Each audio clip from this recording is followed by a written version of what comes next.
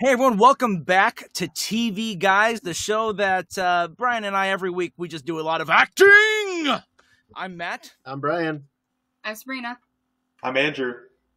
And look at that, 2 guests. It's been a while since we've had 2 guests. And it's been a while since we've had our buddy Andrew Elmquist. And it's also been forever because she's never been on this podcast before. But we've got first-timer Sabrina on. It's an exciting episode. Welcome, Sabrina and Andrew. Thank you. Glad to be here. You're welcome. I paused so you could thank me appropriately. Well, we've had Andrew before, so we've heard a little bit from him. But since this is Sabrina's first episode, I'm just going to kick it to you, Sabrina.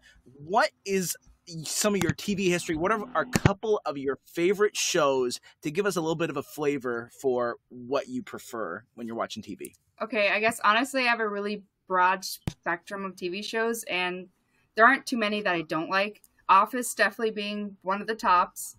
I loved old TV shows like Fringe and That's So was it 70 shows? Yeah.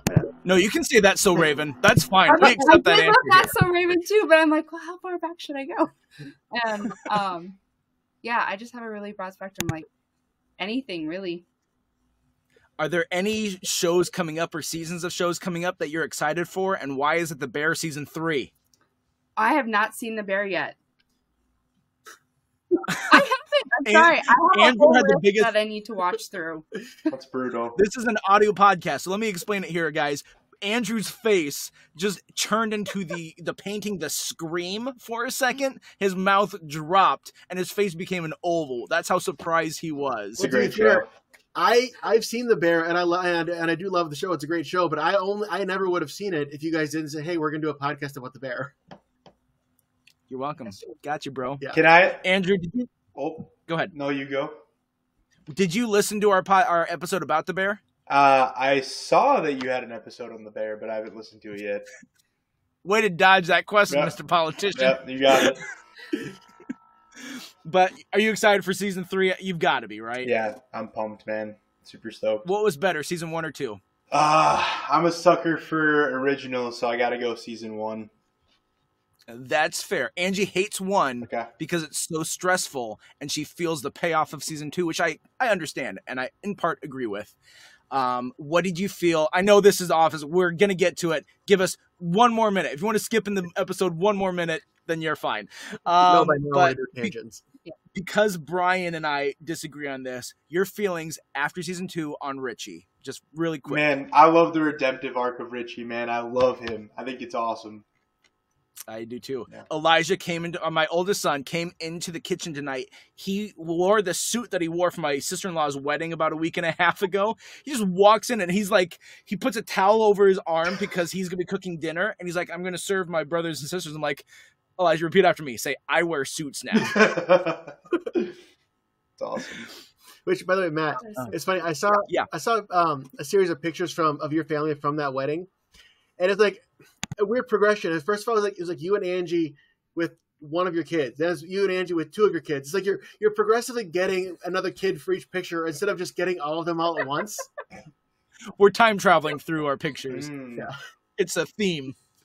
So I can just imagine you'd be like, "All right, we got 1 more. Take a picture. You come over here. Take a picture."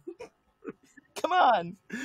All right. Well, we've had enough delay. We need to talk about Goodbye, Toby. I want to lay a little bit of the foundation here for why we're doing this episode.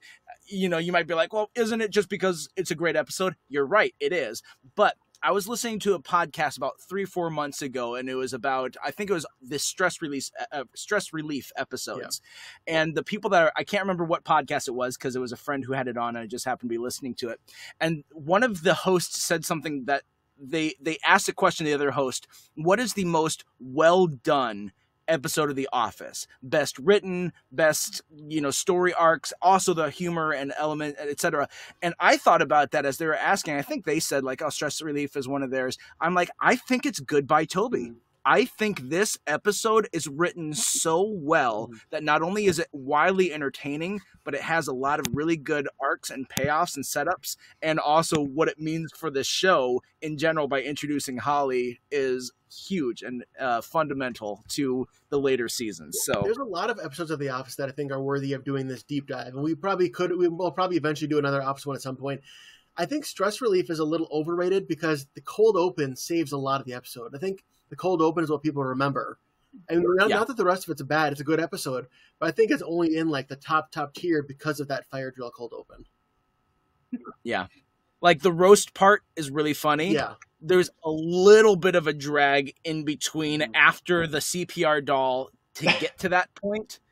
But like there's some high quality stuff in that episode for sure. But you are right that it peaks right away. Also, I think it's funny the whole episode is about goodbye Toby, and Toby comes back like half a season later. Yeah, not very long that he was gone.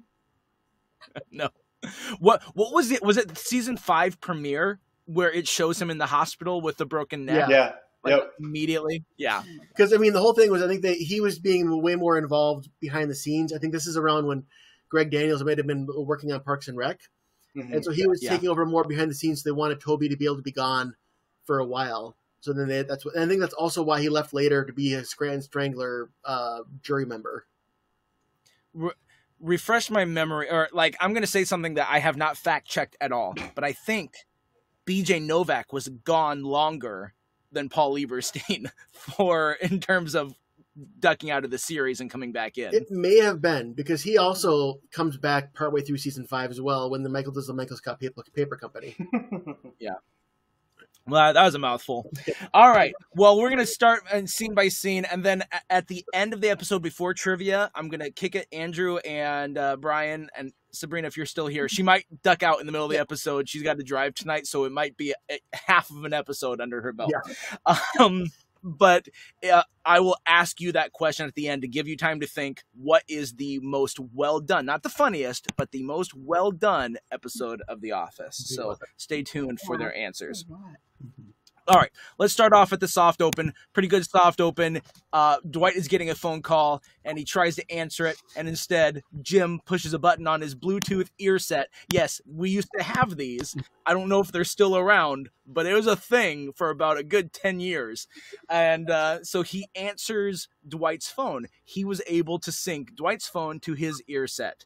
And so, Brian, why don't you take it from there? Why don't you narrate the rest of the scene? Well, basically, Dwight or Jim goes along with the sales call as if he's Dwight, while Dwight's like, "Don't do business with him. You're not talking to Dwight. And then eventually, he's like, "Fine, I'll just switch it back to my desk phone." And then all of a sudden, he realizes that Jim also forwarded his Dwight's desk phone to Jim's desk phone, and it's Pam. You can hear Pam over there, like talking as if he's talking to Dwight. And you say like, Dwight, you sound. Did she say like, Dwight, you sound cute today? You sound so sexy. Yeah, you sound so sexy. Yeah.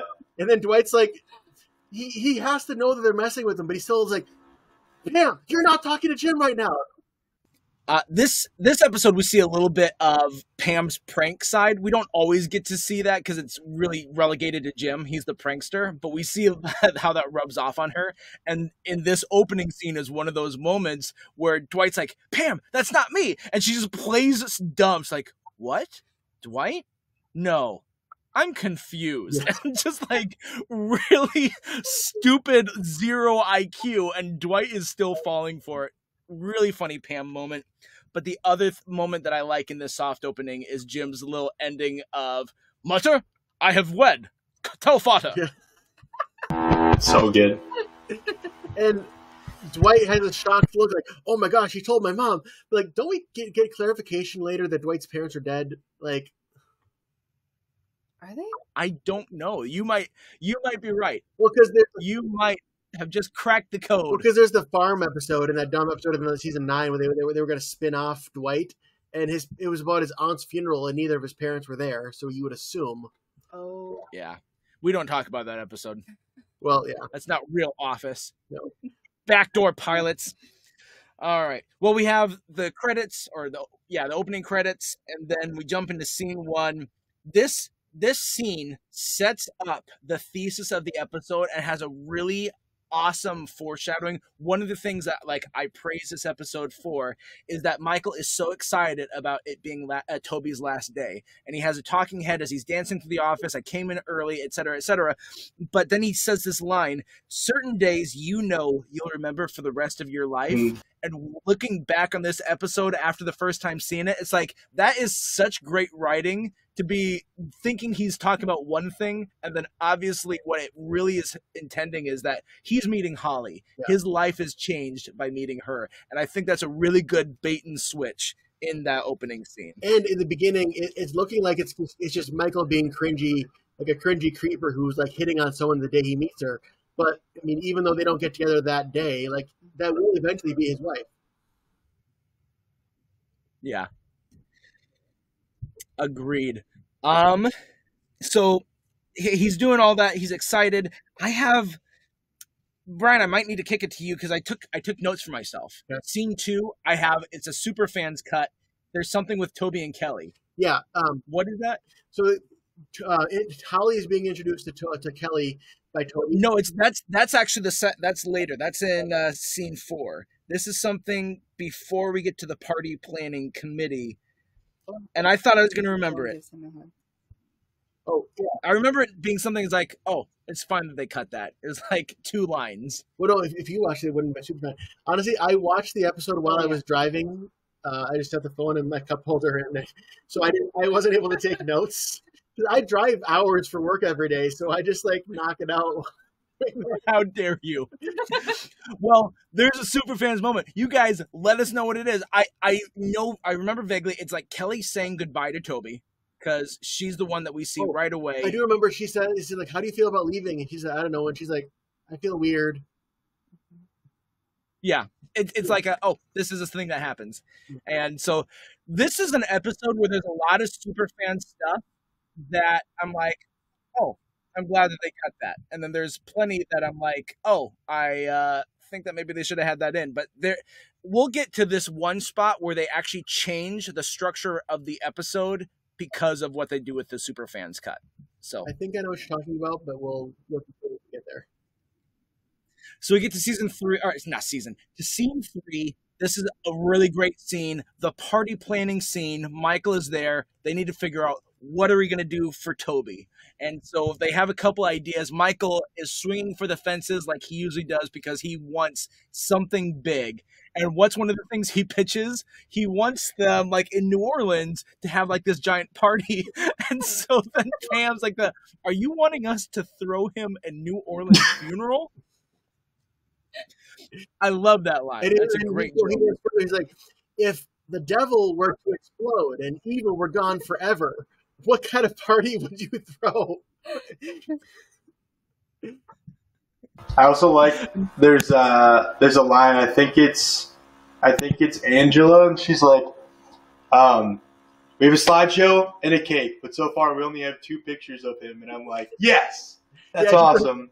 We can have more pictures of the slideshow, but Toby won't be in them. Yeah, and there's just 2 pictures of him on his first day or something. Yeah, it's like where the thing where you have like this 2 of the exact same pictures, like taken like seconds apart. Yeah. And then, like, I don't know how your parents were, but like we used to have physical photo albums that my mom had. Yeah.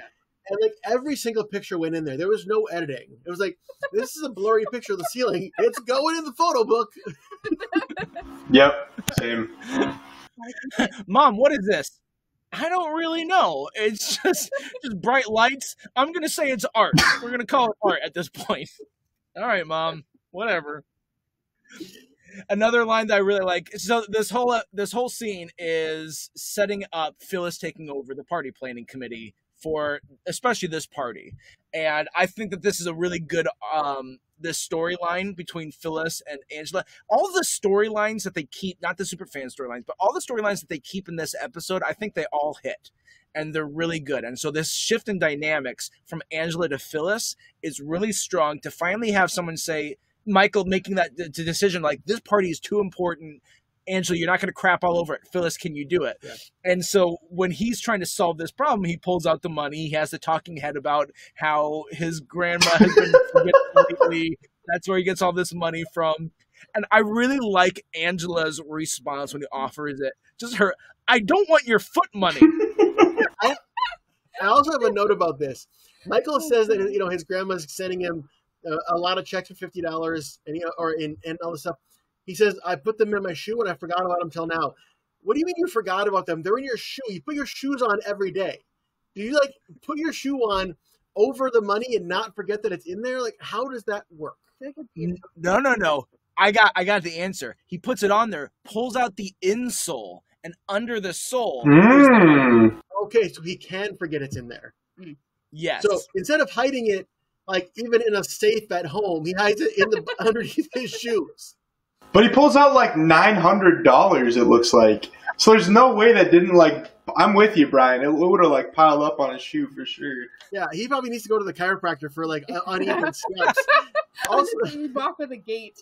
Also, yeah, no kidding. No one has a problem with him taking advantage of his grandmother, but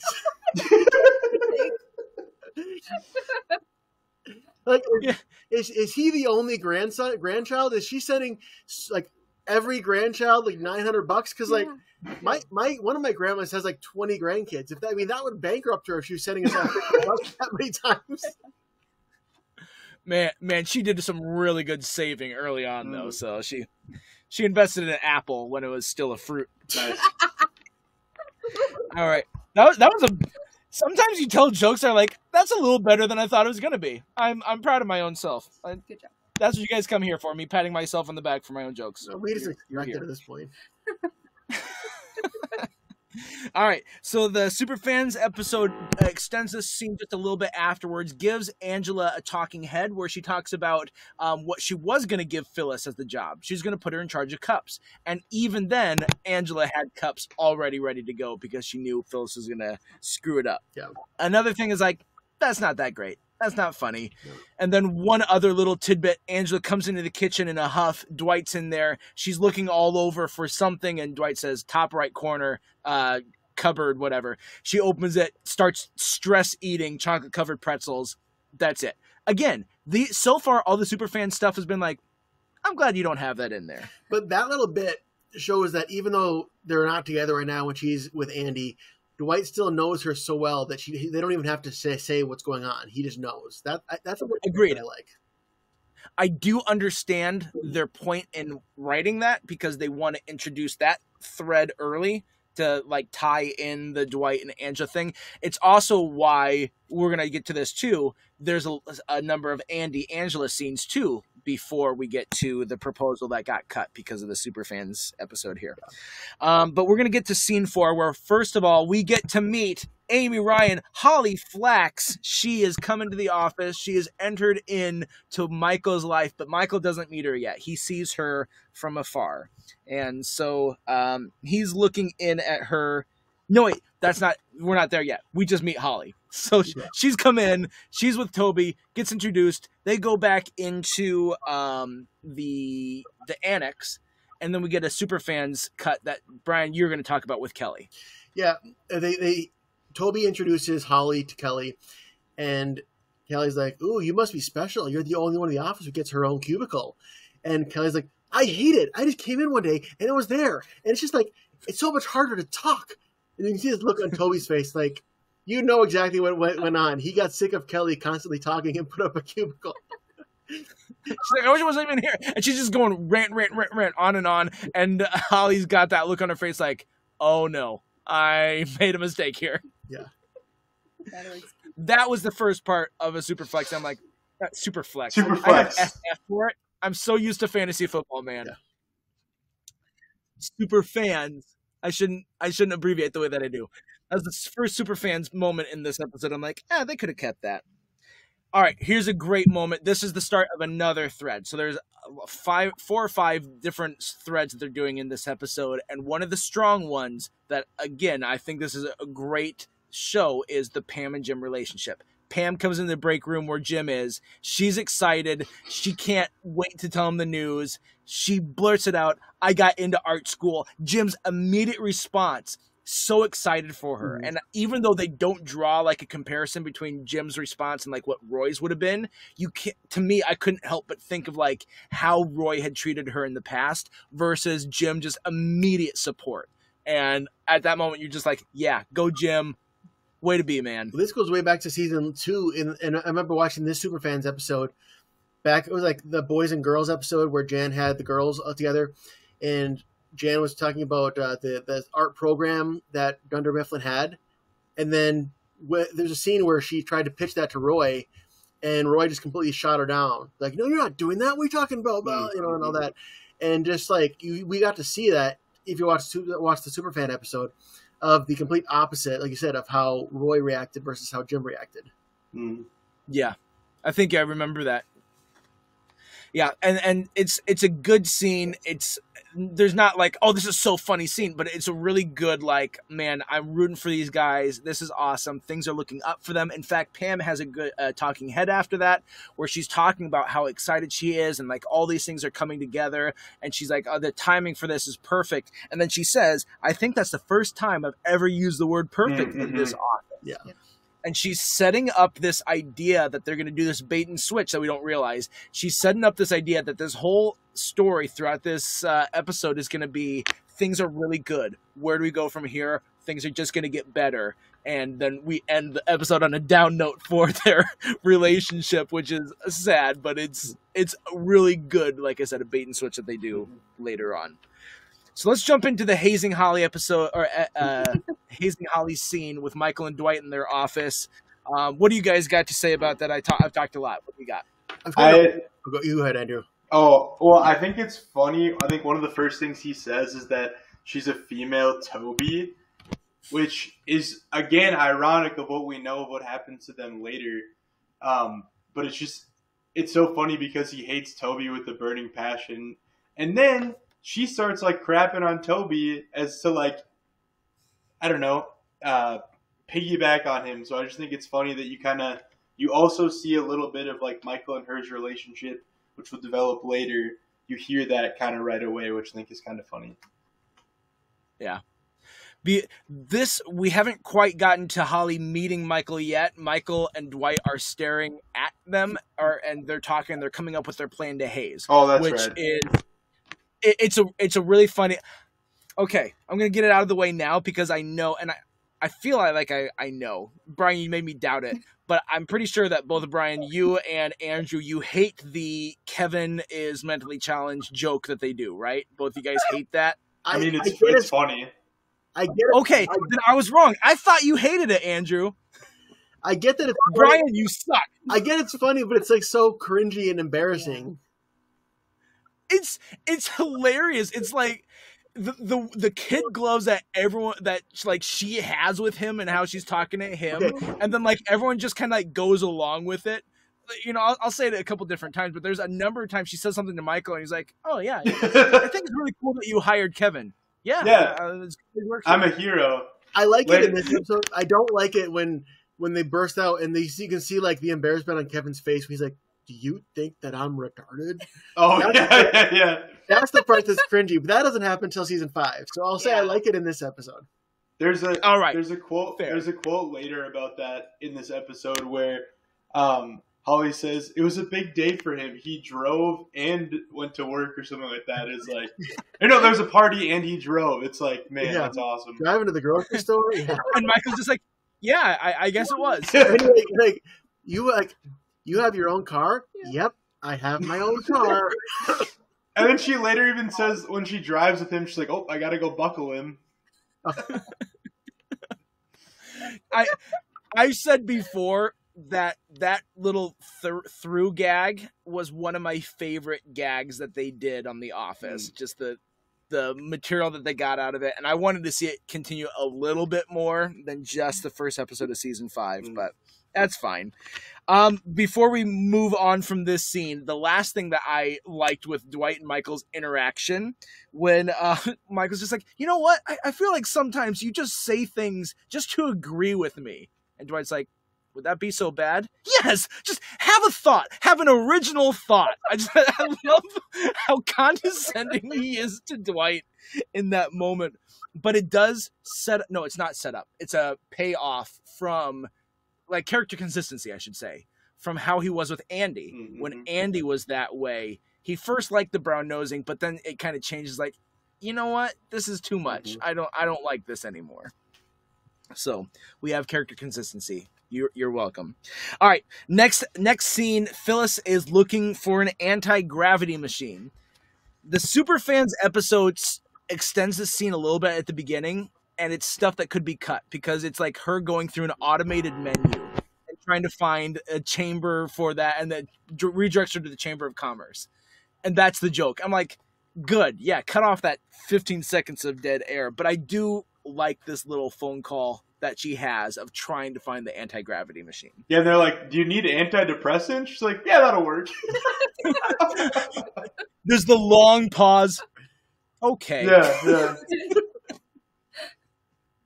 It's just like, that's not nearly the same thing, but I don't have a better option. So also, quick clarify, I'm pretty sure the movie he was talking about was Willy Wonka. Oh, yeah. Yes. I'm surprised that no one, like, directly tied in, like, calling it out for what it was, because he was describing Willy Wonka. Because you would think, oh, maybe it's, like, rights, but also they directly reference Willy Wonka next season in the Golden Ticket episode. Yeah. It's instead they go with the joke of okay, how much anti-gravity potion would you like? Yeah. All right. Scene 8. Now we're back, Andrew. This is a great scene. Michael meets Holly. That's right. And you're right. This little interaction that they have, because she comes in. I love this because Michael starts with his like, okay, I'm supposed to hate you. Everything is terrible. We fight. And guess what? I'm going to win. And Holly gives him the benefit of the doubt and receives it as a joke.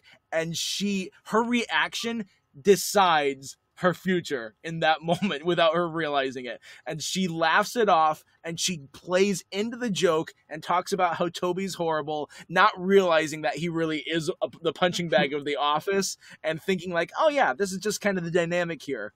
And that, like, you can see on Michael's face the change. And great acting from Steve Carell of how much he's communicating with just his face in that moment of like, wait, what am I thinking? This is an attractive woman who's funny. I need to change my demeanor. Yeah, I mean, it's funny because we're coming to my TED Talk. So far, Holly is just kind of like an audience surrogate a little bit. Like, she's just reacting to everybody. She doesn't really have a ton of personality on her own. She gets it a little bit throughout this episode. Like, she believes everybody at face value. Like, she believes the thing about Kevin because she doesn't know that all these people are crazy yet. And it's kind of like, in season 5, in that episode where like Jim kind of says, as if he's surprised, like, I just realized Holly's kind of a dork, and like why she's right for Michael. But we don't see much of that. We see her soften up a little bit, but we don't really see how good she is for Michael quite yet. Yes, agreed. There is something, and I'll get to it. There is a Superfans moment that we have where she's a little bit more on the nerdy side that we're like, oh, yep, that makes more sense. But I'm glad that they cut it, and I'll talk about it in just a moment. So we do have, speaking of Superfans, this next scene is Holly meeting members of the office. And the Superfans cut will tend to do this where they'll write little moments for multiple characters and then kind of pick what they think is the best one and what kind of gets the best reaction, and they'll film everything. It's like they're throwing everything at the wall and seeing what sticks. So they have a moment later where we get like 7 talking heads and they end up only using one of them. So this is another one of those moments. Holly meets Jim and Pam, and Toby is introducing Holly, and Holly's like, oh, Pam, I've heard so much about you from Toby. And Jim's like, oh yeah, have you heard much about me? And she's like, oh, and Toby's like, well, I haven't had time to brief him about everyone in the office. And so the Jim has this talking head that actually gives some really good awareness, because that's been one of my concerns or complaints about Jim and Pam versus Toby of like, how are they so oblivious to Toby's feelings of Pam? Yeah.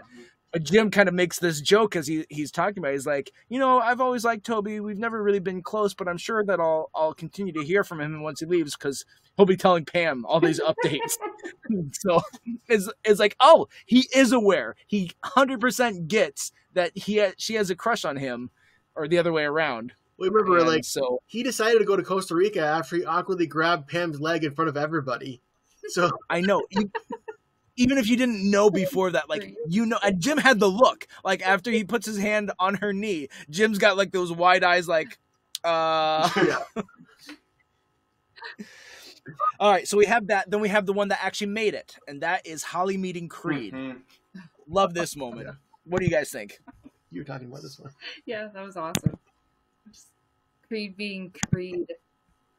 Like, oh, what do you do? How do you ask that? What do I do here? She's asking questions that are none of her business. And he comes up with, where does he work? Quality acting.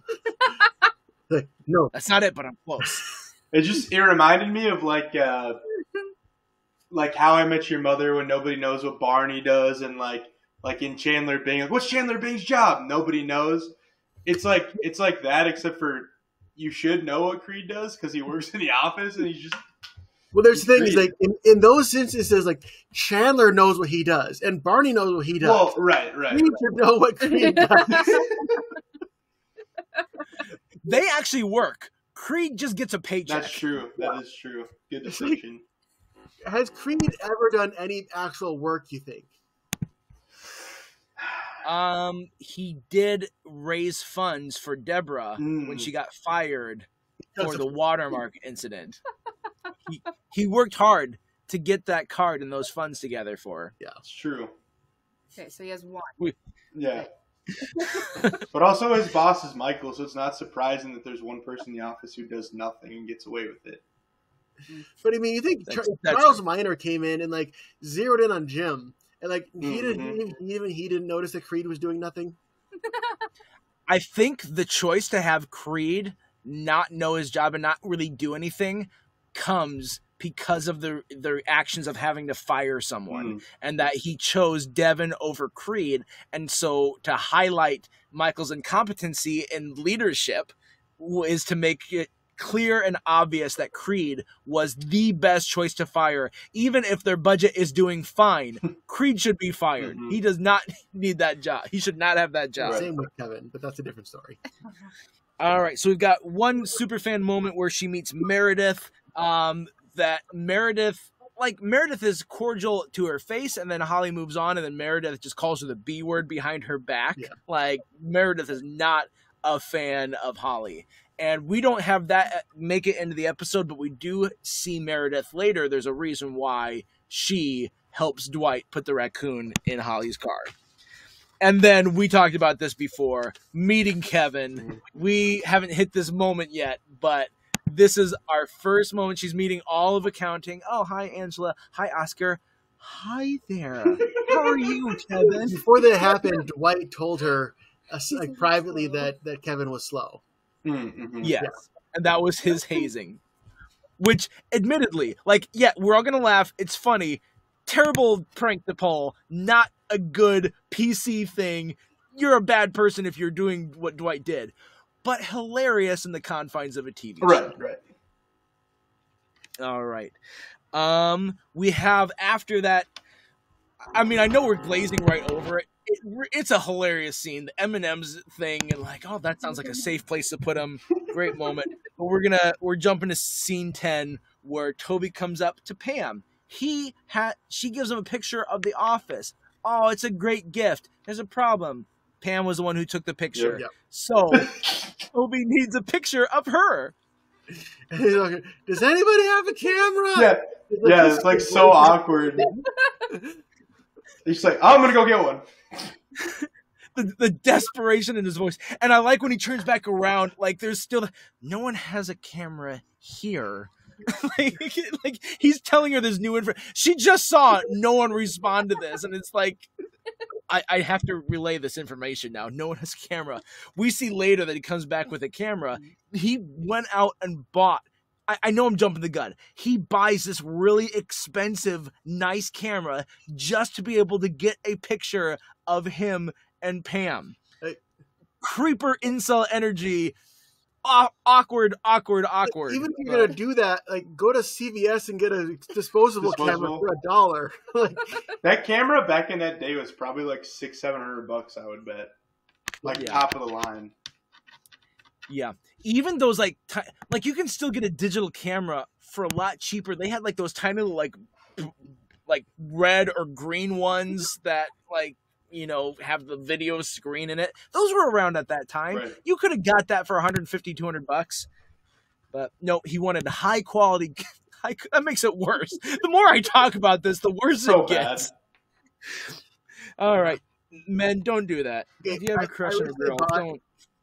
The complete DVD set of Parks and Rec, and DVDs have gotten so cheap. Okay, I bought them for her, and for the price I paid previously for one season of Parks and Rec, I got the entire series on DVD for under $40.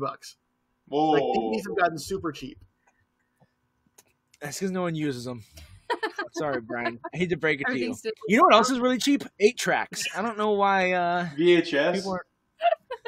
VHS. Betamax? I don't even know what that is. Exactly. You're a young boy. True. With a kid now. All right. Well, scene 11 is a Superfans cut. It is Jim getting a big sale. He nails his sale. He's excited. He's awesome. And then this isn't a Superfans thing. This is in the episode. Yep. Jim gets a big sale. I think it's a extended for the Superfans, but he calls Ryan. He's like, "I got this big sale. It's great because this is the end of the season long." I guess it wasn't really season long. It kind of came up in like the last 5 episodes. Mm-hmm. Ryan's disappointment with Jim or whatever it was that caused him to be a villain. Do we ever find out what that was? Is it just that Ryan at one point had a crush on Pam and then he's taking it on Jim? Is that all it was? I think it's like the alpha male, beta male sort of energy. He's that type of. Andrew, you agree? Yeah. Ryan's always looking for approval from other people, and he sees that Jim is Michael's favorite and all that. And yeah, I'm with you. But Ryan's hottest in the office, so yeah. No. But hot doesn't pay the bills, baby. Yeah, there's just, you see so much insecurity with Ryan and like everything he says, and not like the good insecurity like we see with Richie and the bear, but like that gross insecurity. I'm sorry, Brian. I'll stop. I'm not the biggest Richie fan. But I know. He's better in season 2 than season 1, so hopefully in season 3 they can make him tolerable. Well, everyone agrees that he's better in season 2. Forks is like the best episode of TV ever. Maybe not ever, but I'm with you. I'm with you. It's a great episode. All right. So scene 12 is, yes, I numbered them. It's a Superfans episode. We see Kevin pop in as Phyllis is trying to figure out what she's doing for the party and getting music. And he's like, "Oh, Scrantonicity is available to play tonight." And she loses it on him. Yeah. Like, "No, you ruined my wedding. You played 30 Police songs in a row and they were sung off key with out of tempo." And like, she's just reaming him. And I love that she calls him out on this, because if you listen to the songs that they play, like all of them are the Police or from Sting. And I noticed that when I was like watching through, because they're named after one of the Police's songs. And so listening through it, it's just like, did they only play the Police? And I love that that's a gag that they've brought up a couple times in the show. But a little continuity thing is that in that episode, Phyllis didn't seem angry about it at all. In that, yeah. Well, she had other things on her mind. She was missing her uncle Albert, and worried about Michael sneaking back in. Yeah. All right. Speaking of music, Michael has this great idea. Comes up to Holly and asks her, "Hey, how long is your commute? I should make you a mixtape." And this toes the line really well, because Michael is kind of like he's ready to declare his love right then and there, but you also can't go too far because Holly's character has to think of him as normal at this point. you can't let the crazy out of the bag just yet. Yeah. And so he kind of recovers from that comment, and he starts making that mixtape, and he's in his office. He calls Jim in, and Jim's gonna help him, and he tells her, he's like, I need a mixtape that works on 2 levels. Well, what are the 2 levels? Welcome to Scranton and I Love You.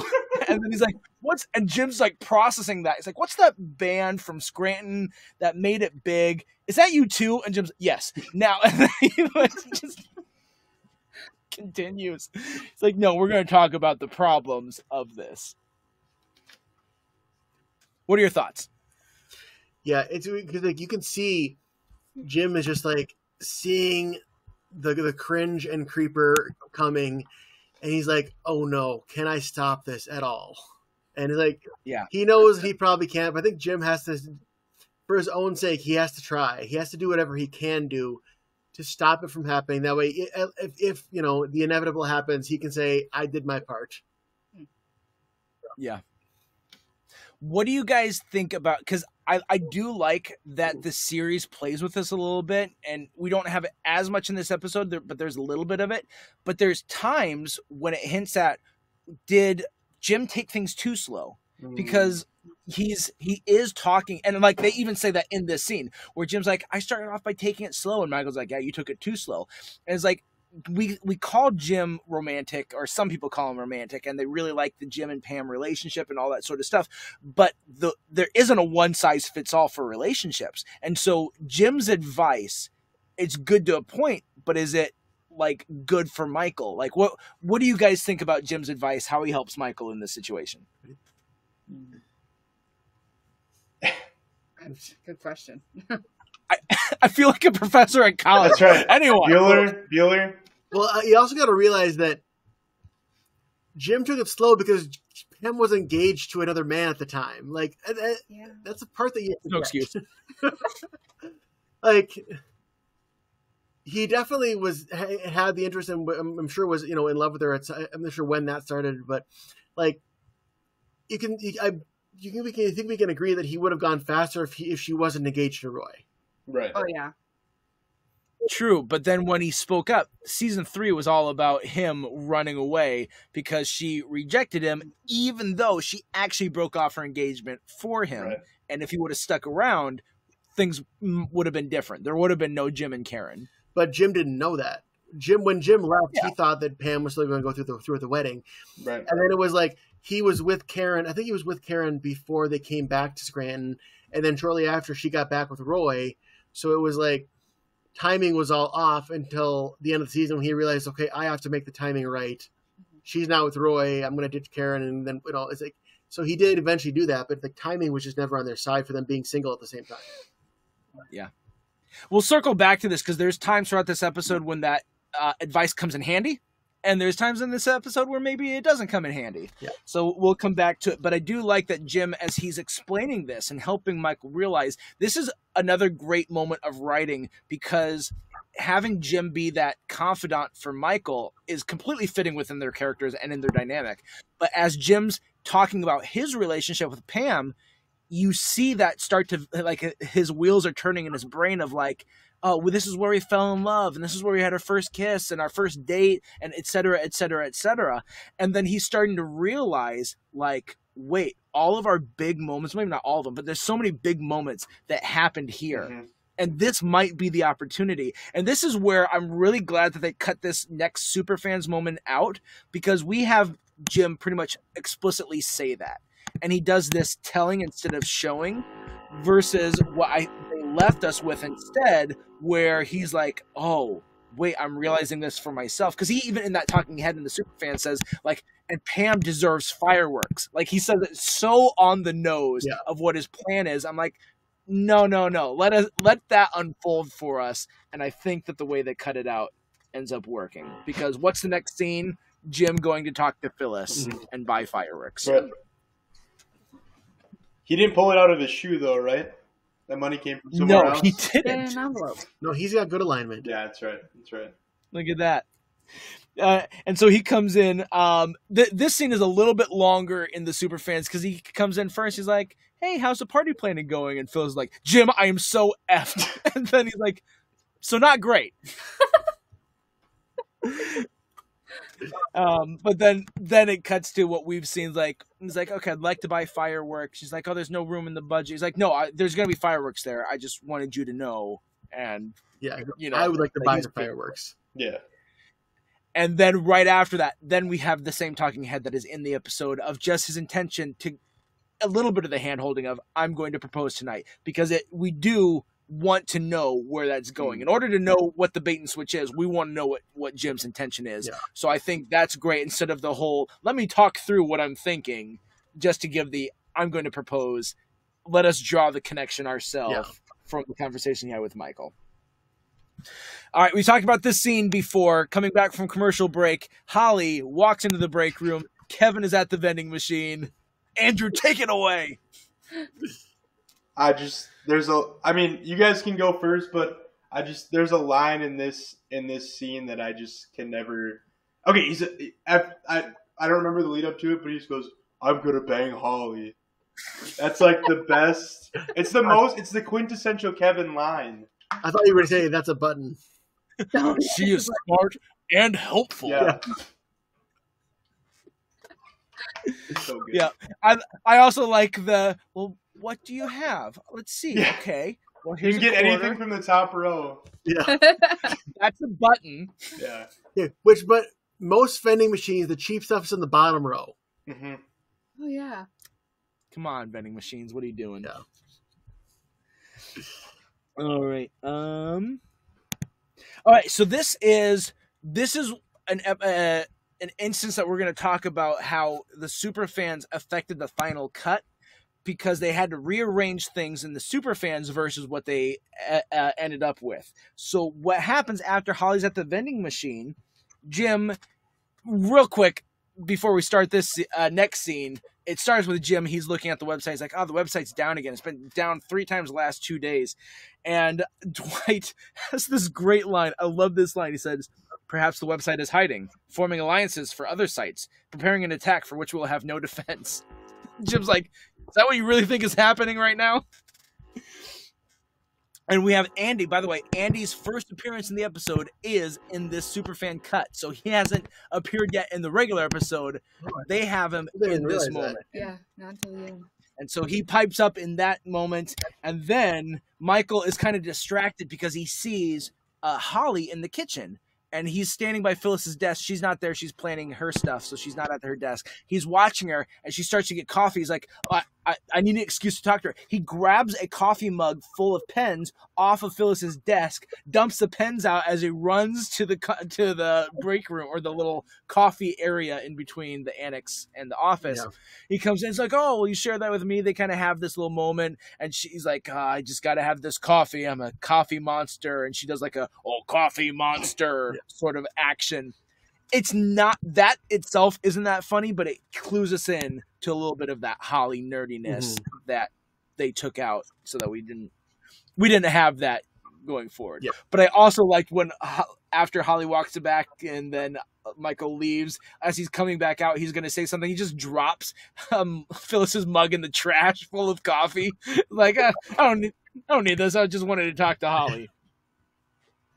Oh, so this is what happens. This is the part that's in the regular episode. He goes to talk to Jim. He's like, oh, Jim, I just talked with her, and, it was all surface stuff, nothing serious, like, what side of the bed you're on or anything like that. I would take any side of the bed at this point. And, like, that small interchange they had, and him just to be so hot and bothered about it afterwards, it's pretty hilarious.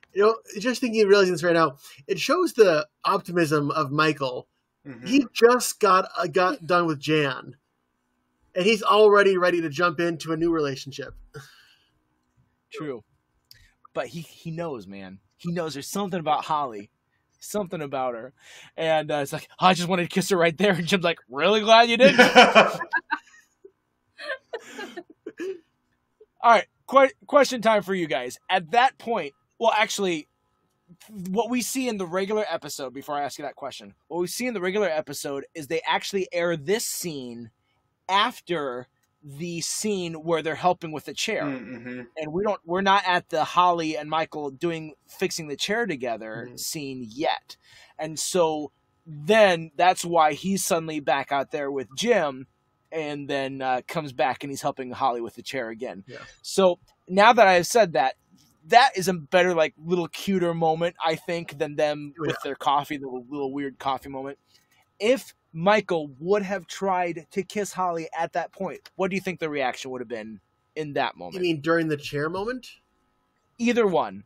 I don't think she would have went for it. Too soon. I mean, it's possible, but not likely during the chair moment, because that one actually did have a connection. Like when she starts talking back as Yoda, that's where you start to realize, oh, maybe there is something there. Right. But I still don't think she would have gone all that way yet. What do you think, Sabrina? Yeah, I don't think she really would have gone with it. Maybe later on she would have thought back to that moment and been like, hey, knowing what I know now, I should move forward with it then. Yeah. So that's an 0 for 4 on if she would have, because I agree. I don't think she would have gone for it, which means good Jim advice. That is the consensus. Jim, you saved it. Good job. The only thing I can think of that would be towards her doing it is earlier he mentions like hanging her from the ceiling and kissing her like your mistletoe or whatever. So that idea could have been planted in her head earlier, but still think it was a bad idea, or would have been a bad idea. Yeah, agreed. Oh yeah, we have to. If you hang her from the ceiling, we have to kiss under her. And that's just looks at her like, what? And then he's like, "Are you real? Or are you a hologram?" A hologram, yeah, so good. Just stop. And she laughs at that one. I've never heard that one before. Yeah. Okay, if I'm telling you your joke is too cringy, it's too cringy. Oh, that's true. I don't know if you know this, Brian. Sabrina just dogged on you right then. I agree with you. In a good way, in the best of ways. It's okay. Sure. You're not wrong, Sabrina. You're not wrong. Can't win them all. All right. So in the Superfans episode, what comes next is, it's in the same episode as that. It's just the order's different. The next scene is Phyllis coming to Angela. She's in a tizzy. She's upset. She's like, Angela, I need your list of vendors. Can I get your list of vendors from you? And she's like, oh no, I shredded all of them. Just so vindictive. Which is Angela to a T, let's be honest. Also, it's very dated for the time that her list of vendors was on a paper document, not like saved on her computer or something. Well, Michael is referenced as having a Rolodex at some point. That is true. That's true.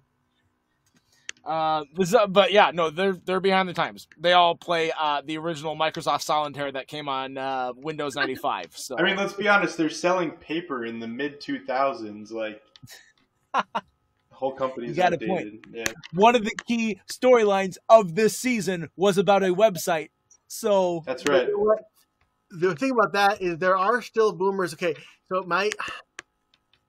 I might cut this out. I don't know. My dad's an accountant, so he came and did my taxes this year because I could do them by myself on TurboTax. He likes to do them.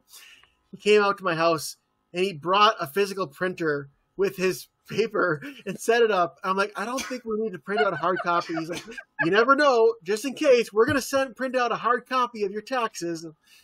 Okay. Leave this in, you coward. Leave it in. He's not gonna listen. So exactly, leave it in. That's hilarious. And no one here is going to send him this link with the timestamp. I don't know if he would know how to find this timestamp either. Wow. Oh, that's such a bird. But there we go. Well, he was on the podcast before. He was, true. And my dad was as well. Yeah. The dads. Here's to ya. All right, so then in the Superfans episode, the next scene is Holly adjusting her chair, Michael in there. I do like the Yoga Yoda misunderstanding where she says, I'm able to sit like this because of yoga, and he starts doing the Yoda impersonation. And then self-awareness. Yay, Michael, you have some. And he's just like, oh, I thought you said Yoda. And this is why I love this moment, is because Michael feels like a fool, but he's also exposed and vulnerable, put himself out there a bit in it, of making a Yoda reference and impersonation. and she picks up on it, emotionally connects, and says, I'll bail him out. I'm going to do the Yoda impersonation back. And I think Michael has liked her up to this point, but I think that was the moment. It was like, I can be myself around someone. Finally. They finally get me. And I think after that, he's done. He's in love. Yep. That's it. The dumbest I'm in love moment for a person is a Yoda impersonation. But you know what? It fits. I do think we can't gloss over the fact that she later, I think it's in this scene, but she talks about having an orgy later, and she's like, "You want to come to my orgy?" And he's looking like, what? Yeah, he has no idea how to react. That's unreal. Like, that's the kind of really bad taste joke you would expect Michael to make, and then everyone else is giving him like, but it just throws you for a loop when Holly makes the joke. And then the acting. And she identifies it. She's like, Lovitz. And he's like, yes, John Lovitz. Finally, people get my references too. Really good moment to show, like, wait, it's not, because I think it's hard to think back to your first time watching this episode. But I think watching it for the first time, you're like, oh, this poor Holly. Michael, we've seen this before with Michael. With the purse girl, we've seen it with, like, there's this unrequited love that has happened a lot. Or like when and Michael, Carol. Yeah. Mm-hmm. And Michael is just doing it again. He's going to get hurt. And it's going to create an HR nightmare. And then, like, wait a second. Holly is digging this. Yeah. She's actually on point with what Michael's doing. Maybe this is something different. Yeah. And who would she report it to in HR when she's the only HR person? Kendall. Yeah. Details. Or whoever is that the HR person that David Wallace said he didn't like? Yes. Oh, yeah. Look at that. Wealth of information. I like to brag about my memory, and there's sometimes on this episode, you guys have heard it. It's failed me a number of times. But today I'm coming in clutch, baby. Bang. Not many people who I think could match or exceed my office knowledge. I think, Matt, you're on that short list. Wow. Yes.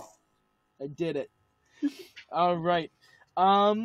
So now I want to point this out before we get to the next scene, but if you're watching the Superfans, because I did this, I watched the Superfans, I'm like, I think this is out of order, and I went back and watched the regular one just this little bit to confirm that yes, him going to Michael or him going to Jim and like, I wanted to kiss her, that whole scene, that was out of order from what we saw in here. And you can tell it's out of order because if you watch the original, they're sitting around the chair in the annex, and then Michael runs out to Jim, and he's at Jim's desk, and then the next thing that we see, Michael is still working on the chair with Holly when Toby comes up and says it's time for the exit interview. Oh, yeah. And so that's where that consistency comes in of like, oh, that's why he was there, gone, back again. It's because it was always supposed to be, that was supposed to be the thing that followed, and him with Jim was supposed to follow the weird coffee situation. All right, that is... Oh, but we actually do have a couple things that happen first before we come back to this. Superfans, Pam's looking for an apartment, and Ryan is freaking out about Jim because Pam's looking for an apartment in New York, and Jim's like, well, here's this good one. You know, it's 4 hours away, but you get to live with me, and you don't have to pay for your own laundry or whatever it is. And she's like, or you could come up here with me in New York. Who knows? Ryan's going to fire you too. And so then he has a talking head about it. He's like, didn't he used to be a temp here? Yeah. And he says that like the only thing he did was start a fire and grow a beard. It's not even a good beard. Yes. And what else do we have in this moment? I think that's also the time when he gives a phone call too. And this did make it into the episode where he calls Ryan. He's like, I don't know what your problem is with me, man, but I am a good salesman. Like I deserve a spot here. So he tells off Ryan over the phone, and then he comes back in.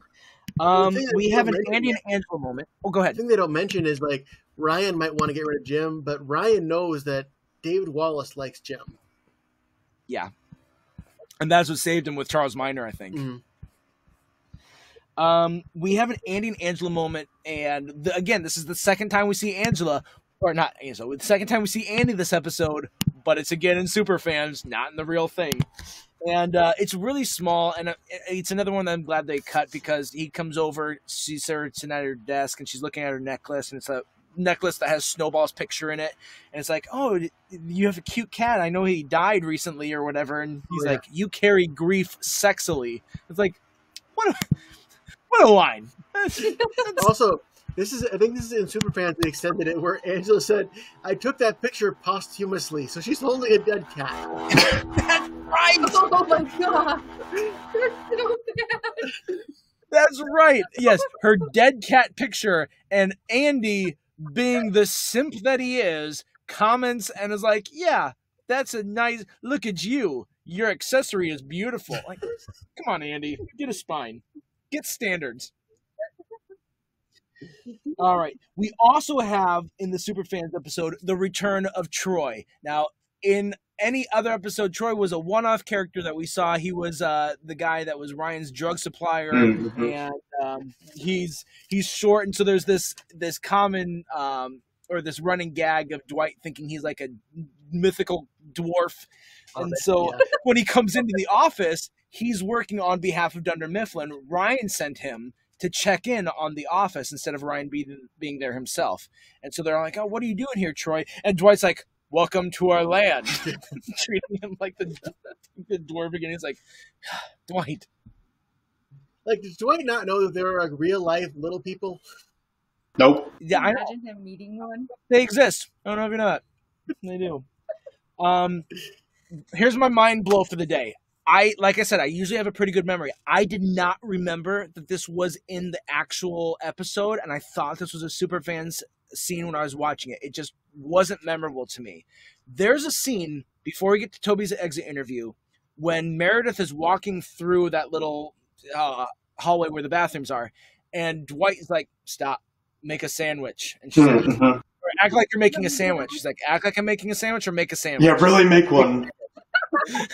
She's like, well, bleep you then. He's like, no.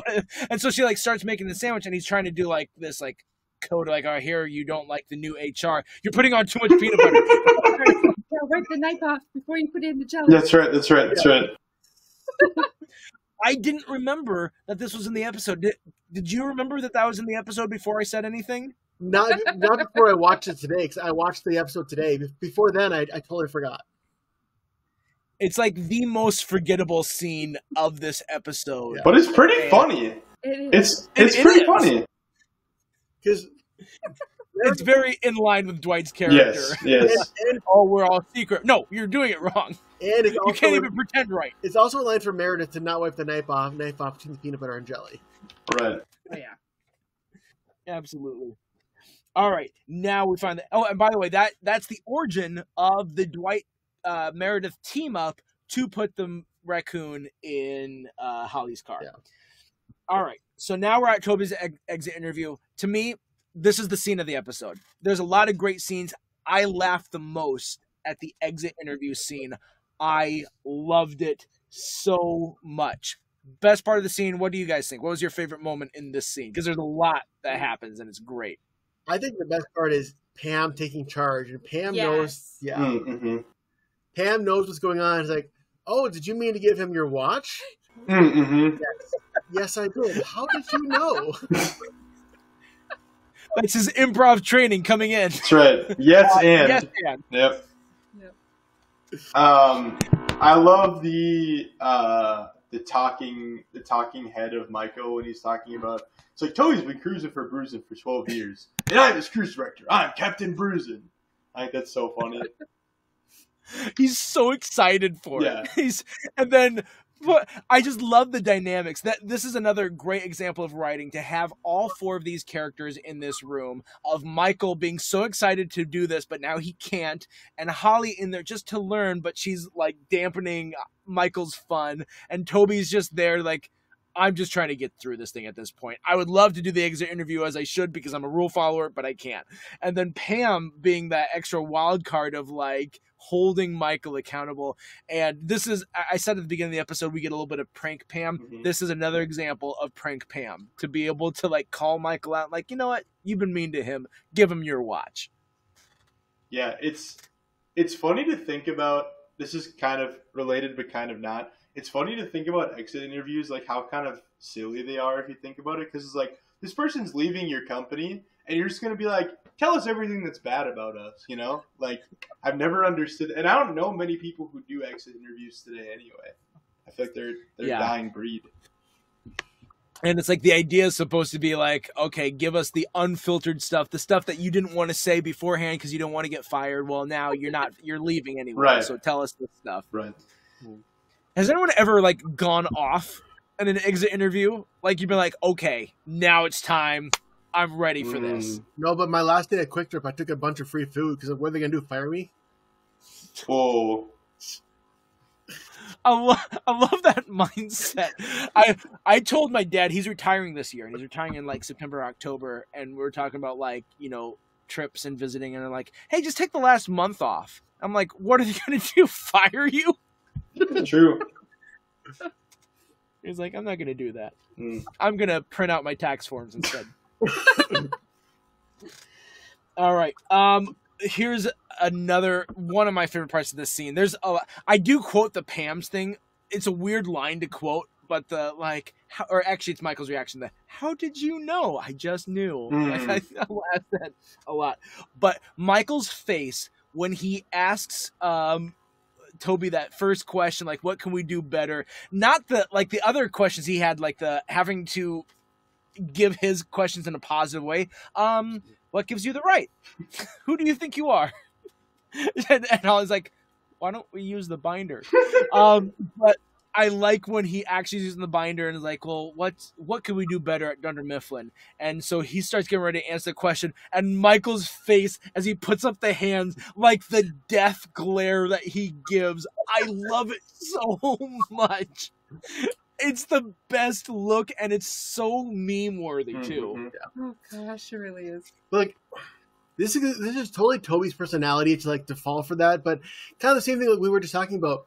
Like, you're already leaving, Toby. I mean, he doesn't know he's going to come back, you know, but like, why not just, like, blow it up and just say, I don't care that you don't like me, Michael. This is what could be better with The Office. Right. I'll tell you why. Let me quote it. I've made it this far. What's the point? That's great Toby reasoning. 100% in line with his character and doesn't throw a wrecking ball into his stuff with Michael's stuff with Holly. Mm-hmm. He's just like, all right, I'll run out the clock. Whatever. Yeah. All right. We also, in this scene, it kind of transitions to Creed comes in. Hey, it's the kid. They come over. Ryan's on YouTube, and he's getting arrested because that's how you break news back then. Now it is, but back then, I don't know. So they had him on YouTube. He's getting walked out, and we have, ladies and gentlemen, the only Oscar talking head of the episode. It might be the only Oscar line. I didn't double check that. Not Superfans included. There's a Superfan one later, but yeah. Well, there is a Superfans talking head later, but the only one that made it in the episode was him explaining what happened with Ryan, how he got caught of misleading the shareholder, or as we call it in the industry, fraud. Mm-hmm. I think the real crime was the beard. I think that entire talking head could have been given to Jim. Jim could have given that exact same line; it would have fit. But he's the only one I think that could have fit that. Yeah. Absolutely.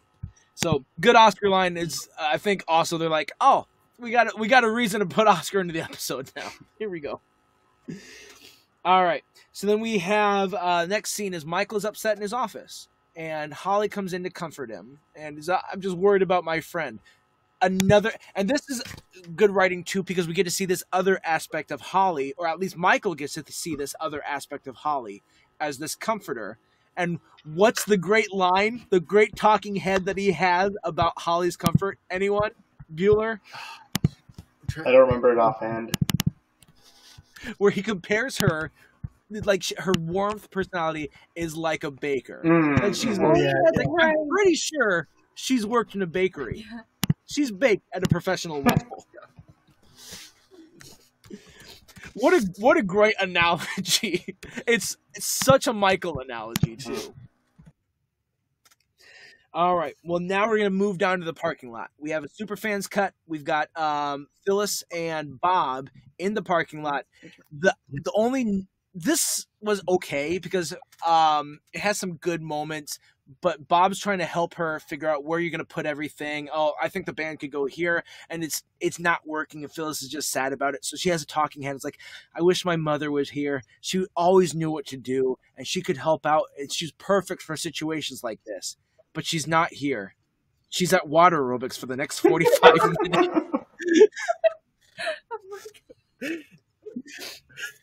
And then Bob helps her fix it because, like, oh, well, what if you do this? And she's like, oh, we don't have the money for that. He's like, honey, is money the only thing that's stopping you?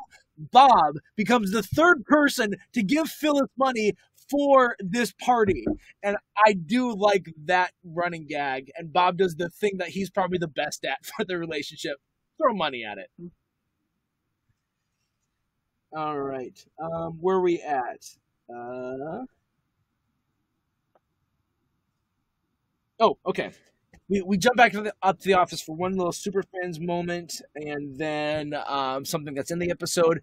Jim's at his desk. Kelly, everyone has left because they first saw Ryan's arrest from Jim's desk. Everyone has left. They've gone about their business. Kelly's still sitting there, hands in her, or her head on her hands, and she's like, play it again. And Jim, without looking, just clicks the play button again, and it keeps playing. He's been refreshing this video for Kelly this whole time. Then Daryl comes up. One of the few Daryl sightings we have until he gets on stage for the band. And he's like, I got all your texts. What's up? And she's like, oh, it's terrible. Ryan's been arrested. And then they're crying and comforting together right next to Jim's desk. And eventually he's like, all right. He stands up, walks away, lets them have his desk. And then we get to the moment that we see in the episode where Jim decides to call Ryan now that he's in jail and apologize for that voicemail that he left earlier. Yeah, disregard everything I said. Well, now we get down to the parking lot. We took a little while, but we're there. We made it to the parking lot. Everyone's having fun. Kevin sees the bounce house, runs for it. Kevin, take your shoes off. We get a couple of Superfans lines like, Kevin bouncing around, and I was like, oh, he didn't just eat, did he? But now, Brian, I'm going to kick it to you because we've got a moment you've been so excited to talk about. It's just such a dumb moment. It's Oscar and Stanley, and they're getting corn dogs. And they're like, I like corn dogs. Yeah, corn dogs are the best. And Stanley, he gets super excited and passionate about two things: food and leaving work. He's like, corn dogs should be the standard. Corn dogs should be called hot dogs, and hot dogs should be called bad dogs. And Oscar's like, yeah, what about corn hamburgers? And then he gets all serious, like, what do you think of my idea? The corn hamburgers. He's that a huge, groundbreaking idea of breading a hamburger. and nothing. That's all we get from Oscar in that moment. We see something that pays off because Kevin has to go get barbecue sauce later, but we see Phyllis, the guys who are cooking the ribs, we're not going to have enough barbecue sauce for all these ribs. And Angela says to Phyllis, oh, Phyllis, I can go get more barbecue sauce for you. And Phyllis is like, thank you. Finally, she's coming around. And then we're going to see in a couple scenes later, nope, she didn't do that. And so that's why Kevin has the excuse to. So they laid the groundwork for it. Yeah. Here's a question for you guys. I don't know if this was in the Superfans episode or not.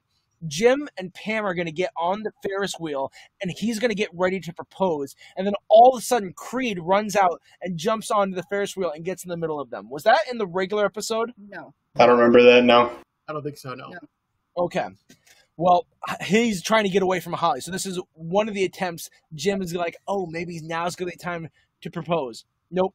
Creed blocks him because he's trying to stay away from Holly this whole time so that she doesn't ask him what he does.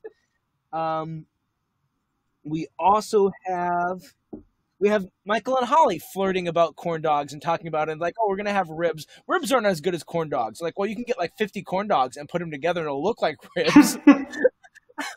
What a stupid line. But that's where they get the corn dogs from. They get on the Ferris wheel.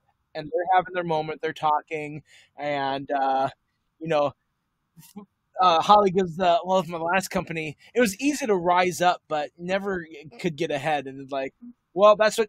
No, a lot of companies are like that. He stops. That's what she said, and is instead empathetic. And this is where we get the pretty cool "you hired Kevin" line. All right, let's talk about a big scene for Michael and Holly's relationship in this episode. Dwight and Meredith and Mose all of a sudden. So they're releasing the raccoon in the car, and Michael freaks out on I almost said Brian. I almost called Dwight Brian. I'm so sorry, Brian. I don't know why, but that almost happened. I could be called worse. It'd be worse to call me Toby. True. That's right. That would be bad. So Brian, Meredith. No, wait. Sorry, Mose. I'm not in this show. Dwight, Mose. I got it. Dwight, Mose, and Brian. I mean Meredith. See, I was trying to make that joke, and I was messing my own joke up by calling you Dwight again. All right. It's like joke inception. That's it. The joke's within a joke. All right, so they're putting the raccoon in the car. Michael gives his impassioned speech. What do you guys think? Is this when he says that Holly's the best thing to happen to the company since World War II? It's an iconic line. A little misguided, but his heart's in the right place. Yeah, that's right. Like, is he? I just like trying to think. Like, is he just conflating? Like, we like respect World War II veterans, so he thinks World War II was a good thing. Like, it makes no sense. There's no context for it. That's the only thing I can think of. Is that old. The only thing I can think of is that we respect World War II veterans, but that's it.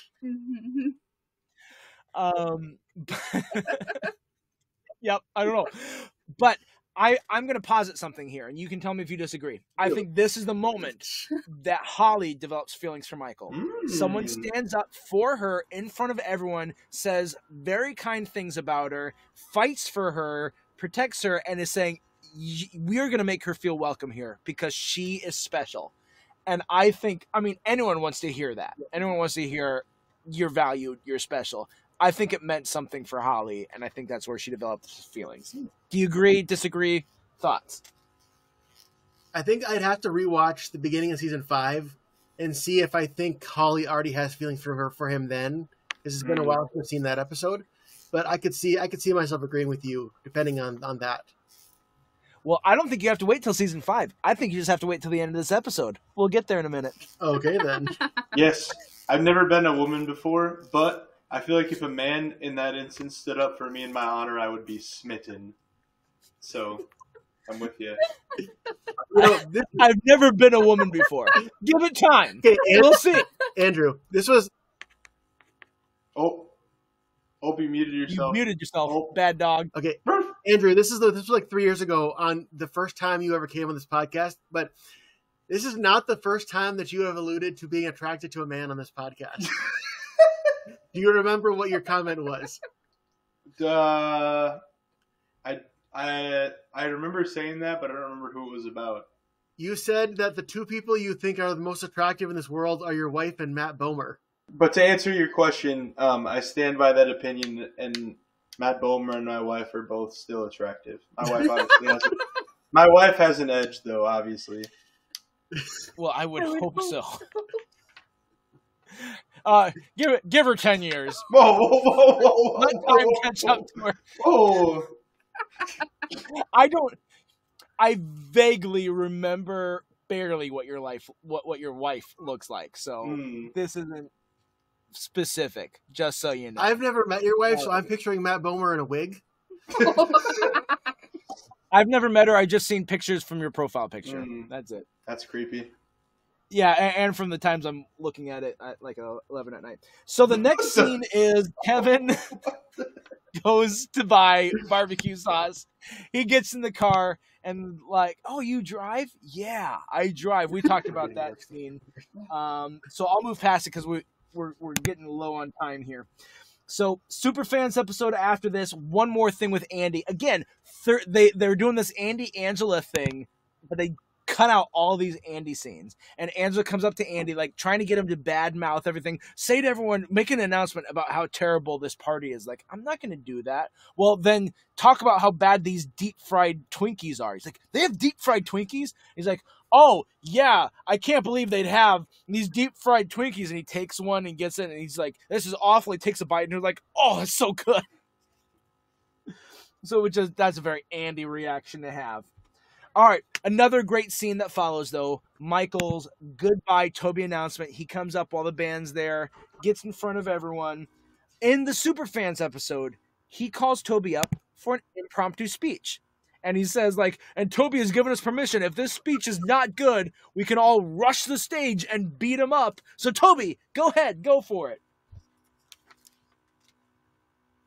And so Toby actually does a pretty good speech. Wasn't this cut? Like, wasn't Toby's speech cut from most of it was cut from the actual episode? It was. Mm-hmm. It was, because when Michael gets up there in the original episode, he says something about like, this is the best party we've ever had, and shows Angela's reaction like, oh, are you kidding me? And then he's like, I am a song parody writer, and he goes right into that part. But before he gets to the parody writer in the Superfans cut, he's doing the whole speech thing. Toby's speech is actually going well, and he leans over to Daryl and he's like, all right, play the cutoff music. And Daryl just looks at him like, no. Daryl's a great, no-nonsense guy. I don't have to report to Michael. He's not going to cut off Toby when he's saying goodbye. Mm-hmm. And then Toby ends after like a nice, good speech, because he starts with like a funny little limerick that comes off the top of his head, and it rhymes. Everyone likes it. Then he's like, you guys have been super supportive for me in my divorce and all this stuff. He's like, I've always had a place to come that I could feel welcome and comforted. And then at the end of it, he's like, and I just want to remind you guys to continue my plea for you to check radon gas. It's the silent killer. And then Michael comes back up. It's like, all right, that's it. We're done. You're off. So then he kicks him off and then does his song parody, and Brian has prepared a perfect replica of that song. Take it away, Brian. Go. I'm going to just try to insert the audio, if I can, of Toby doing it, and it'll sound like I'm doing it.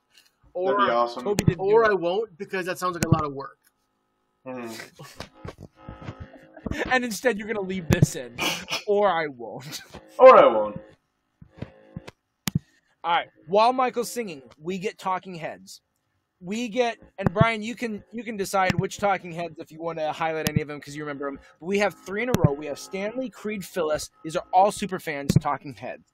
And then it goes to Pam's talking head, which is actually in the episode. And then it goes back to Kelly, Oscar, and Michael, and finishes out with those 3 for talking heads. Any of those that you wanted to highlight, Brian? Well, I think Phyllis is one of my favorites. He's like, Toby seemed like a nice guy. I never actually talked to him. After I was working here for 5 years, we were both in the kitchen at the same time, and I almost said something, but then I realized there's enough people to talk to already. Yep, I like Stanley's too, where he's like, Toby gave me 7 weeks off for one of these medical procedures I had. And then I also had acid reflux, and he wasn't as caring about that. So I've got mixed feelings on Toby. What was Kelly's? Kelly's had a good one too, and I can't remember what it was. I'm trying to remember as well. I don't remember Kelly or Michael's. Michael's was like, because he just got off stage, and he's talking about like how Toby was like the flu, and like with the flu you just got to sweat it out. He's like, I just did my song, I sweat out Toby. So that was his little talking head, which I didn't think was okay. But of all those 7, the one that they used was Pam's, and I don't like Pam's talking head. Do you know why? Because she wouldn't call Toby cute. I do not buy it. I don't care if that's the culmination of an arc of the Toby likes Pam and that Pam thought he was cute this whole time, and maybe Toby actually would have had a shot if he would have said something about it. I get the joke. I just don't buy it. I'm sorry. Take it back. I don't think that it means that Toby ever would have had a real shot. I think it just means like she thought he was kind of cute. Like maybe she wasn't like as repulsed by him or something. Like, but I don't think she's saying I had a crush on him. You can think like like Holly thinks Kevin is cute, like a little like, oh, dopey guy. But it's not like, oh, I want to kiss him. Romantic. I know. It's like, Andrew thinks that Matt Bomer's cute, but he doesn't want to kiss him, I hope. Facts. That's facts. Look, I've never been a woman. I've got that certificate for a month. And I just don't think that you would say someone's cute, and if they showed interest in you, that you wouldn't be like, okay, I'll try this. I'll give them a date. Well, we have a real live woman on here with us. Yeah, No. Me as a prospective woman, I am the authority. Oh, yeah. This is America in a nutshell. Instead of asking a woman, Matt's like, Yeah, well, you're just going to breeze over me. I'm gonna pretend I'm a woman, and then I'm the expert. I'll tell you mine. Okay, I've got to tell a real quick gripe. Oh, no. About affirmative action and the Levi Corporation. Because Levi, the guys who make jeans, they have said they're going to start using AI influencers that are people of color as a way of enhancing their diversity in their marketing. Guess what? By using an AI, you're not actually helping any people of color. You're not doing what you're acting like you want to do. It makes me mad. I think it's stupid. And if they are concerned about that, go out, actually hire a person of color, get them a paycheck. Why not do that? Okay, if I'm understanding this correctly, instead of saying we're gonna hear what a black person thinks, they're saying we're gonna hear what a robot who's pretending to be a black person thinks. Yeah. Yikes. Yeah. I know. It's bad. Yeah. So, sorry, Levi's, I'm calling you out. All right. I'm sure they're what do you listening. think, Sabrina? Did you answer that question, Sabrina? Did you weigh in on the cute or No. Yeah. No, she answered it. Okay. No, she didn't, bro. You were interrupting her. Yeah, I was like, wait, we got on this tangent here, and I'm like, wait, what was the question again? Like, if there's someone you thought was cute and they like expressed interest and you were single, would you at least give them a date? No, because that you have to have more in depth and more conversations. You can't just say, "Oh, hey, you're cute. Let's go on a date," kind of thing. Me personally, I wouldn't necessarily do that. Well, maybe my standards are just lower. So. Yeah, my standards are a little higher. Oh, wait, Angie's coming in right now. All right, so I'm just kidding. So the next scene, not my scene. The next scene, Kevin gives Michael a phone call. Hey, you need to get down to the grocery store right now. Real quick, we talked about that funny line that Holly gives, like, oh, yeah, Kevin needs your help. Going to the supermarket, the party. He's had a big day. Love that line. Michael gets to the supermarket. Boom, we see Jan. And then after Kevin walks away with the cart, it's revealed, baby bump, she's pregnant. Yeah.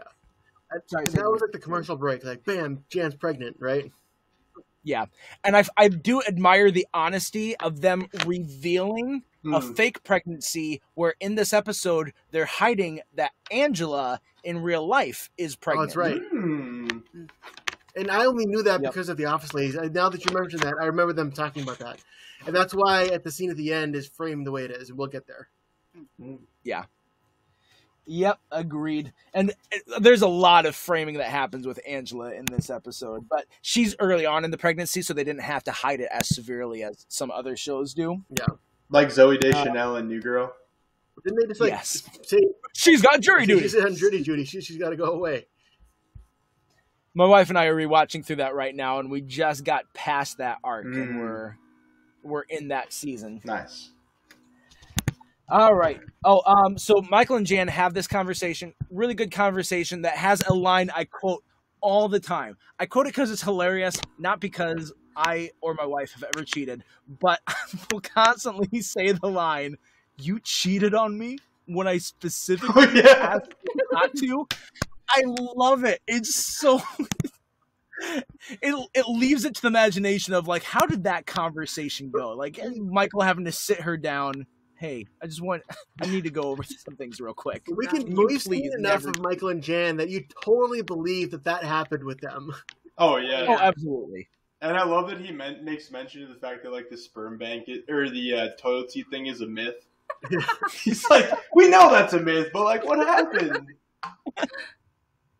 It's great. This is such a terrible move by Jan. Such an awful, like, we are at the point now with Jan's relationship with Michael where we've seen enough. We've seen Dinner Party. We've seen how she was treating him. You dislike Jan at this point, or at least you should. Even if you find her entertaining, I know Paul loves her as a character, and she's a good character, but as a person, you dislike her. However, like, this toying with Michael's emotions, knowing that Michael is the way that he is, and to string him along that way is so manipulative and is so wrong and terrible of her, even though she is being upfront that, no, it's not your baby, but I still want you to help me in certain things. Like, to leave that door open, that's all about ego for her more than anything else, more than finances or whatever, because she's financially fine. All this other stuff, it makes me hate Jan, the way she treats him. I just, as you were talking, I was thinking, like, wait a minute. She said she confirmed that she got pregnant while they were still together, which means that happened pre-dinner party, which means that was she trying to get investors for Serenity for Jan so she could set up her baby for financial security in dinner party? And when she says to Michael, fine, you want a kid? Let's have a bleeping kid. Was she just going to be like, all right, if I got pregnant, I'm just going to say it's his. Yeah, because Michael's not going to question it. No. Michael doesn't know enough to question things. And this really does put Dinner Party in a different light. Very true. It does. All right, are you guys ready for the best? Would Michael think maybe it's Hunters because of the Take Me by the Hand? Hunter. What a guy. All right, you guys ready for the best episode story-wise of the best scene story-wise of the episode?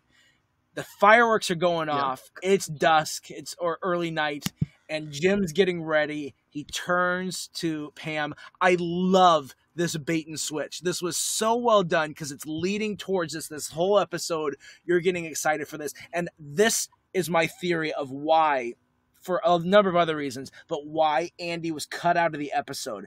I think the impact of him not having any lines or any appearance in this episode until this moment helps to like solidify the out of left fieldness of him taking the stage to propose to Angela. That's genius. Yeah, it really is. Like, I definitely did not see that coming the first time I saw it.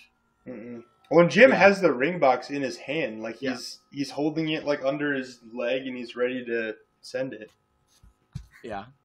And it's a really good moment and it's like, the moment's just so perfect. The fireworks are going off and all this stuff that is believable to be like, oh, Jim set this whole stage and now he's taking advantage of it. And then he says, my parents are here. Yeah, it was unreal. The fake parents, they're not the same parents who come back for a garden party. Correct. Oh, I did not know they that. are not. No. Yeah. Wow. And they actually seem like they like Andy too in that moment. But no, I love that. Like, it's so stupid. Of why are they there? There's no reason. Also, wait, real quick. Don't tell Paul that we really love an episode that didn't feature Andy that much. But Andy has one of the biggest roles in this episode for Jim and Pam's relationship going forward. That's true. So then Andy comes out to Angela, pulls the keyboard off, and frustrates Daryl, walks to her, and is asking her to marry him. I love this is a tiny little thing in the background. She's even blurred out. She's not in focus. But you see Kelly. Kelly is there for it, man. Yeah. She's the only body you see there. She covers her mouth with her hands, like, oh my gosh. She's got front row seat to reality TV in front of her, and she's just living life, loving it. And so Angela's like, sure, I'll marry you. Kelly, first one up, comes over. Can I be a bridesmaid? Right away. Yeah, right away. I love it. And so you see also as he's proposing, you see Jim and Pam, both of them separately. They both knew what was coming. Pam could sense it. She was asking about it earlier in the episode. Jim was excited.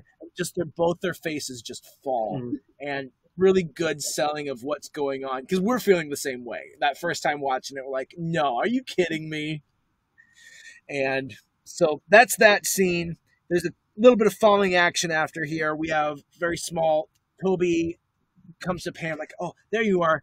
I got a camera. Let's take a picture. But Pam's still reeling from not getting proposed to. Right. Her face is sad. Meredith is taking the picture. Oh, let's take another one. Pam, your face is weird in this. All right. Final big moment of the episode that I kind of teased towards you, Brian. Holly asks Michael on a date. That's what it is. Let's be honest. She's like, I'm getting a little... Yeah. I'm getting a little like fooded out here, but I have some room for dessert. You want to go get something off campus? That's asking him on a date. Yeah. I don't care what you say. I don't care what if you're going to be a woman in a month or not. She's asking him on a date, and this is the time. To me, I'm saying, okay, Jim's advice was good up until now, and Michael should have listened to his gut in that moment and said yes. Why did he say no again? I think it's because of the Jim's advice of the taking it slowly, and so instead Kevin's right there. It's like, oh, go with Kevin. He'll. You could have had her so much sooner. Mm-hmm. So I think Jim, you led Michael astray in that moment. I'm sorry.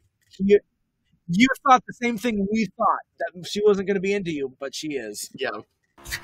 Did we glaze over the best line in the episode? Or my favorite anyway, when Michael said, I can see Andy proposing to Angela, but I can also see him proposing to Oscar. Yeah. So good. Michael, am I gay?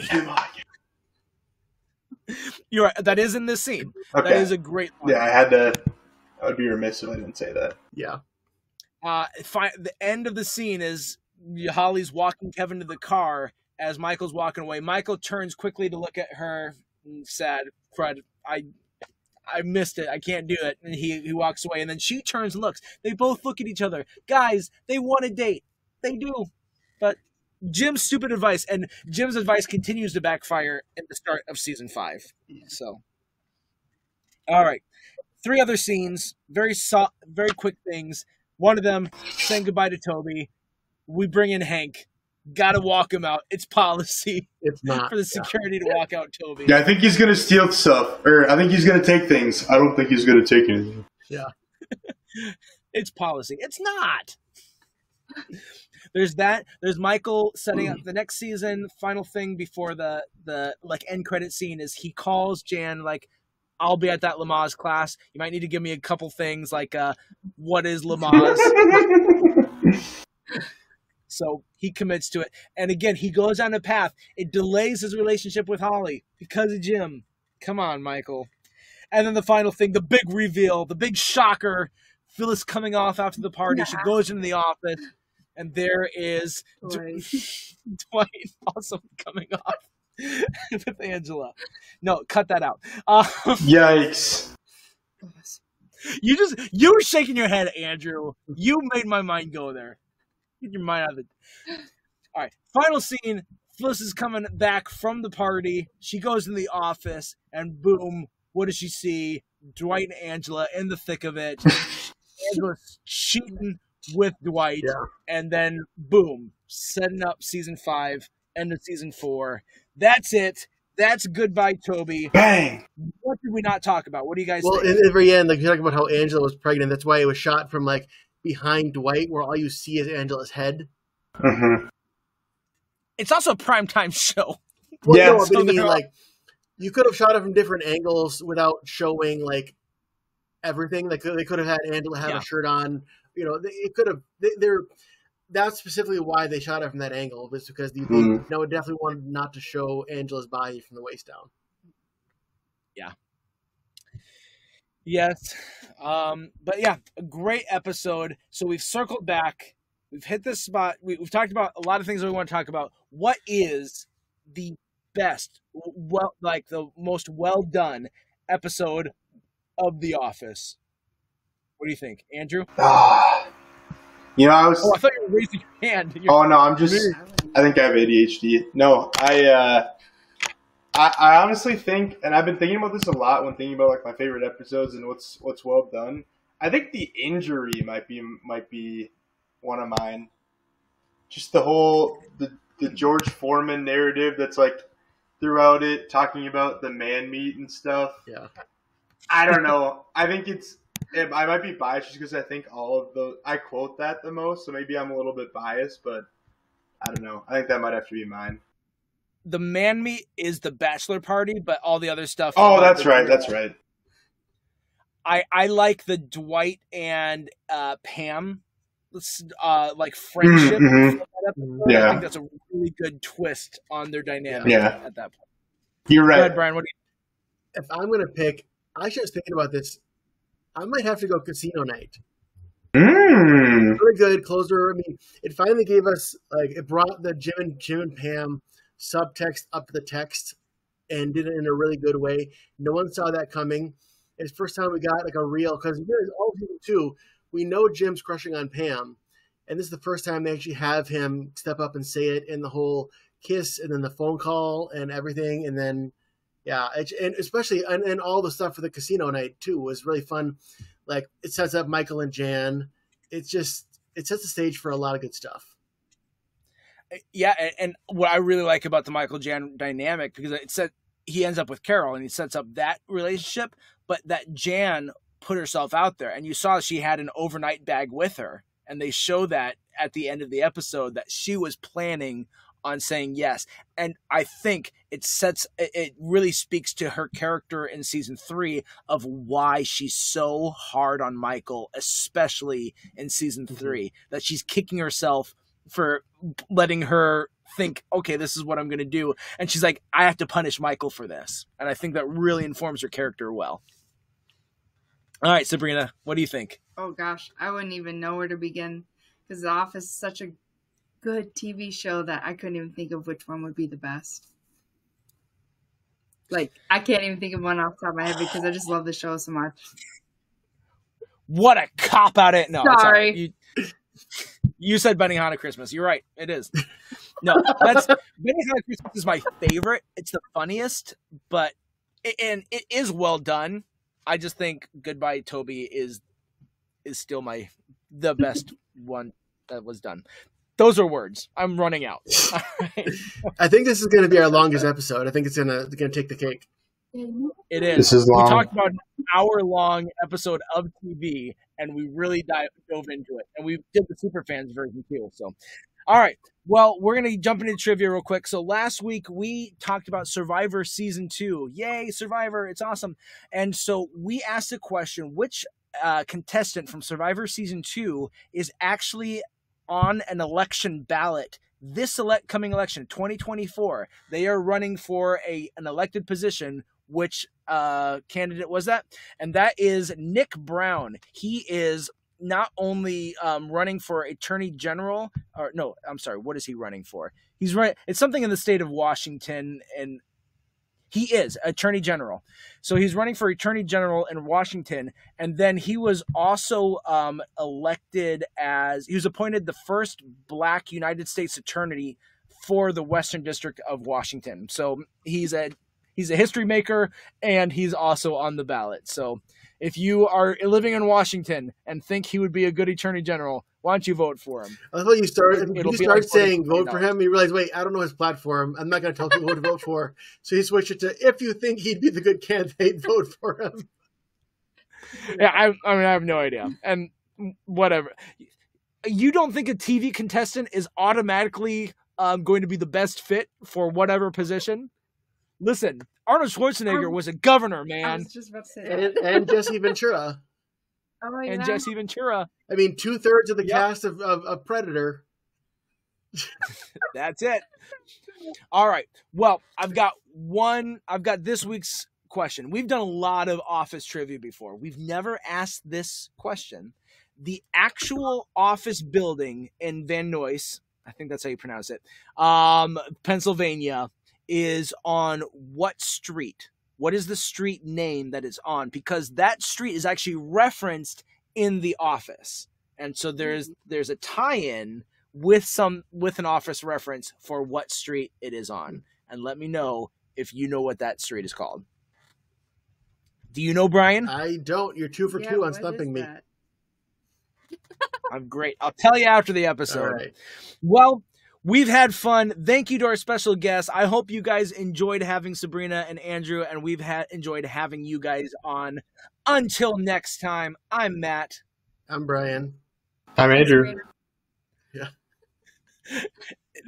They're Andrina. And we're reminding you to stay tuned and keep watching.